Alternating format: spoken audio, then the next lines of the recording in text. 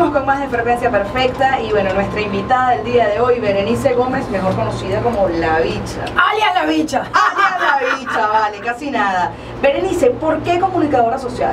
O sea, ¿por qué no doctora, economista, banquera, ama de casa? Por hambre. ¿Por hambre? Sí. Pero el que te escucha cree que ganas muchos millones. No, por hambre. Yo fui periodista por hambre. ¿Por qué? ¿Cómo sigue? Eso no se cuenta. A ver, nosotros fuimos unos niños muy pobres, porque mi mamá tuvo que ser hasta obrera de fábrica, siendo una aristócrata.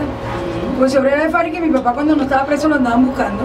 Y por supuesto, mi papá no era ningún ladrón, ningún engañador, ni ningún mentiroso. ¿Quién fue tu papá? Mi papá, Raúl Gómez Peñalver, fue fundador de Acción Democrática en el Estado Bolívar y trabajó muy duro para derrocar la dictadura de Marco Pérez Jiménez junto con todos sus hermanos y los hermanos de mi mamá y mi mamá. Para el aire hablamos, porque tu papá tiene que haber conocido a mi familia por parte de papá, los gallegos. Claro, de Rómulo, de toda esa gente. Claro. Papá estuvo 6 oportunidades preso en la Modelo. Mis tíos estuvieron en Guasina, mis tíos estuvieron en la PGB, la Penitenciaría General de Venezuela, y después resolvieron expulsarnos del país inclusive. Y después papá estaba muy contento porque había ganado Rómulo Betancourt, trabajó muy cercano a Rómulo Betancourt y cuando empezó a descubrir que estaban robando, empezó a denunciarlo y hizo como una especie de contraloría de él y empezó a denunciar gente hasta que se metió con lo que no debía meterse y papá tuvo que volver a coger otra vez la clandestinidad. Entonces por supuesto nosotros éramos unos pelabolas, yo digo que éramos éramos tan pobres como las ratas y vivíamos en Petare. Y le estaba contando a Vivi hoy que estudié en el Gustavo Herrera y mi mamá nos daba nos daba un bolívar a cada una, un real y un real, para tomar el autobús y teníamos clase desde las 7 de la mañana hasta las 12 del día y desde las 2 de la tarde hasta las 5 de la tarde y el otro real era para devolvernos para la casa, para Petare. Y mi hermanita Maricela y yo caminábamos por todo Chacao esperando, muertas de hambre viendo la vidriera. Simple. Después de eso yo me gradué de bachiller. Después de eso entré en la Facultad de Ciencias de la Universidad Central de Venezuela a estudiar química pura, porque yo quería ser químico. Y un día me dijeron que fueron unos tipos del CONICYT a escautear muchachos, porque iban a hacer la primera encuesta nacional de ciencia y tecnología y necesitaban muchachos que eran graduados de bachiller en ciencia y que estudiáramos química, química, física, ingeniería, etc. Sí, porque era eso. Yo me acerqué al grupo y pregunté de qué va la cosa. Entonces me dijeron, bueno, estamos buscando unos muchachos para que encuesten a los científicos. Ah, bueno, muy bueno. O sea, que la introducción fue de encuestadora. De encuestadora.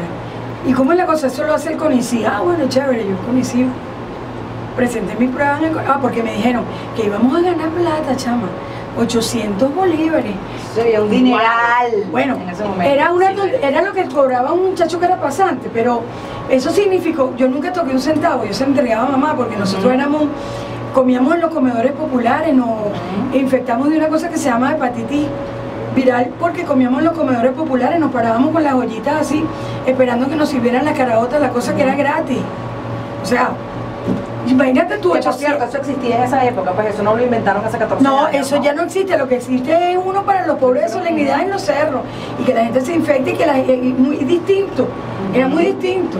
Sí, no, te hago la acotación es porque como mucha gente ahora creen que es ahora que eso lo inventaron hace 14 años, eso no lo inventaron hace 14 años. No, entonces yo llegué y me sentí muy contenta, hice un curso introductorio, presentamos un examen y quedamos. Yo a los dos meses era supervisora de mis compañeros y ya ganaba 1.200 bolívares. Ah, caramba, fuiste subiendo, de 800 ya 1.200. Yo no agarraba ni un céntimo. Yo agarraba el dinero, se lo entregaba a mamadita y mamadita era la que distribuía eso. Y hay un día que me subieron a 1.500 y me dijeron que qué parte del país quería yo encuestar. Yo le dije el Agudo, porque el Agudo la creó mi tío, el doctor Luis Manuel Peñalver Gómez. Hice toda el Agudo. Hice el Agudo, todavía no la vi en Ciudad Bolívar, pero la hice en Puerto La Cruz, la hice en Cumaná, que fue donde mi tío la fundó.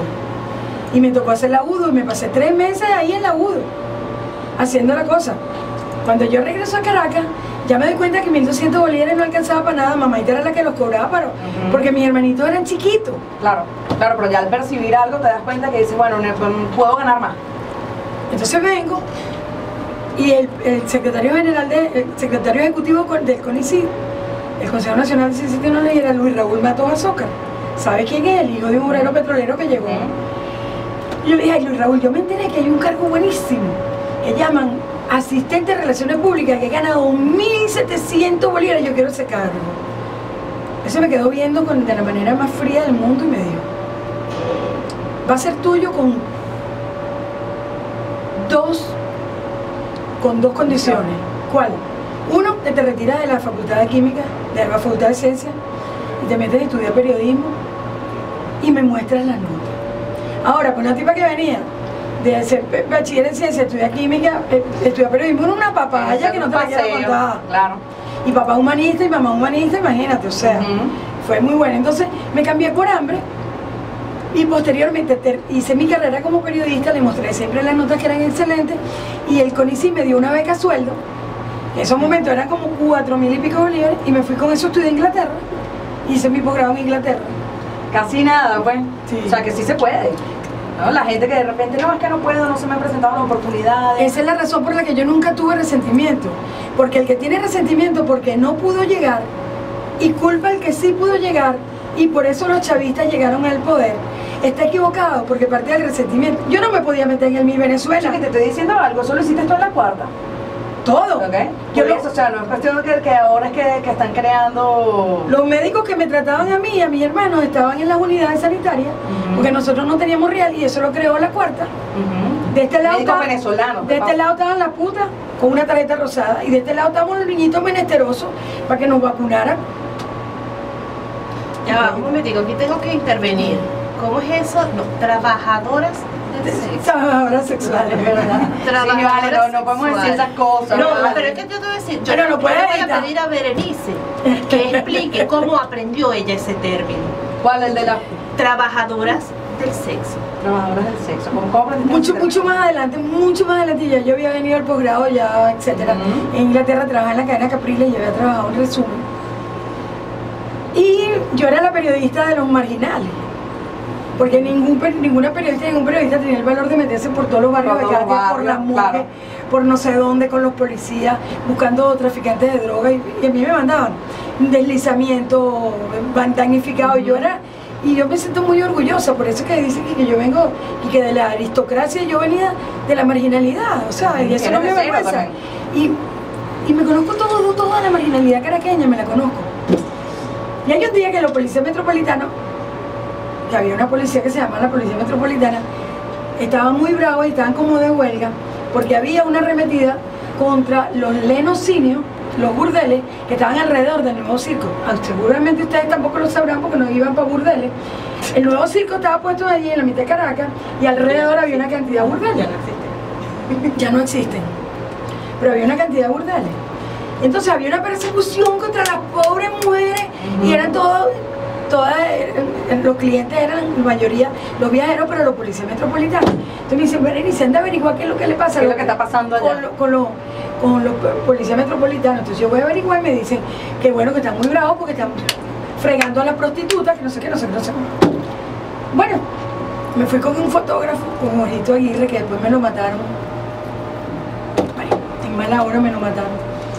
Y nos metemos en un burdel. Nos metimos en mucho, pero nos metemos en un burdel. Y entonces yo entro y digo que dónde está la madama, pues.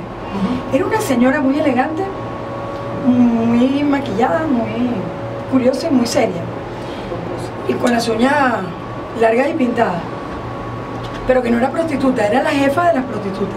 Entonces yo le digo, ay señora, ¿qué es lo que está pasando con las putas? Porque mire, esos policías metropolitanos están todos bravísimos porque le están fregando a las putas. Se me queda viendo, me levanta el dedo y me dice, licenciada. Usted es la licenciada Berenice Gómez. Tiene que hablar con propiedad. Estas señoras que trabajan aquí conmigo no son putas. ¿No? ¿Y qué son? Son trabajadoras sexuales. ¿Por qué? Putas son las que tiran y no cobran. Las trabajadoras sexuales sí. Ok, bueno, les ha quedado muy claro entonces a todos los oyentes de Prevencia Perfecta la diferencia y cómo deben usar el término de manera correcta. Trabajadoras sexuales. Exactamente. Ellas cobran. Cierto, ellas cobran. Claro. Ah, ya las que están por ahí por la calle donándola de gratis. Vámonos a un corte comercial y ya regresamos con más de Berenice Gómez en Frecuencia Perfecta.